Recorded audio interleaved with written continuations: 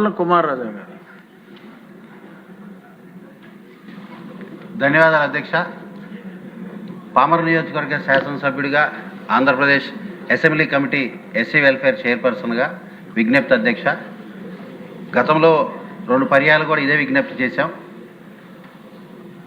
దళిత వాడల్లో, హరిజన వాడల్లో, ఎస్సీ కాలనీలో శ్మశాన వాటికి స్థలం మరి 2014-19లో చంద్రబాబు గారి దయ వల్ల కొంతమేరకు మనం ఆ స్థలాలు కేటాయించడం జరిగింది.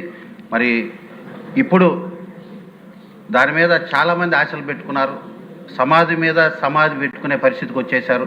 దళిత వాడల్లో ఒక 5% కానీ రాబోయే ఇప్పుడున్న బడ్జెట్లో కేటాయింపులు ఇచ్చి శ్మశాన వాటికి స్థలం ఇవ్వలేకపోతే నిజంగా ఎలా అంటే అధ్యక్ష, గత ప్రభుత్వం పిచ్చివాడి చేతిలో రాయిలాగా ప్రశ్నిస్తే రాయి సురుతాడేమో అని భయపడే పరిస్థితి. కానీ ఇప్పుడు పండ్లిచ్చే చెట్టుకి రాయి దెబ్బల్లాగా మనం అన్నీ ఇస్తున్నాం. యాస్పిరేషన్స్, ఎక్స్పెక్టేషన్స్, పబ్లిక్ యొక్క ఇన్స్పిరేషన్స్ ఎక్కువైపోయినాయి. కాబట్టి ఖచ్చితంగా చంద్రబాబు గారే చేయగలడు.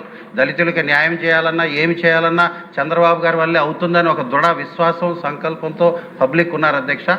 సో ఖచ్చితంగా దళిత వాడలకు శ్మశాన వాటికి కొంతమేరకైనా స్థలాలు కేటాయించాలని విజ్ఞప్తి చేస్తూ, హిందూ సాంప్రదాయం సంబంధించి కూడా ఏదైతే శ్మశాన వాటికలు ఉన్నాయో వాటిని అభివృద్ధి చేయవలసిందిగా, అదేవిధంగా మైనారిటీ సంబంధించి కబరిస్తాన్, అదేవిధంగా నదీ ప్రవాహ ప్రాంతంలో ఉన్న కట్ట సంబంధించి ఏరియాల్లో కూడా నదీ ప్రవాహం జరుగుతున్న సమయంలో ఆ కట్ట మీదే చేసుకునే ఇబ్బందుల పరిస్థితులు ఉన్నాయి. రాష్ట్ర వ్యాప్తంగా అన్ని నియోజకవర్గాలు ఇలాంటి పరిస్థితులు ఉన్నాయి. సో శ్మశాన వాటికి స్థలం విషయంలో కానీ, హైందవ సాంప్రదాయం సంబంధించిన శ్మశాన వాటికల అభివృద్ధి విషయంలో కానీ, కబరిస్తాన్ స్థలాల విషయంలో కానీ మనం ప్రాముఖ్యంగా ప్రత్యేకంగా దాన్ని కేటాయించాల్సిందిగా, నిధులు కేటాయించాల్సిందిగా విజ్ఞప్తి చేస్తున్నాం అధ్యక్ష.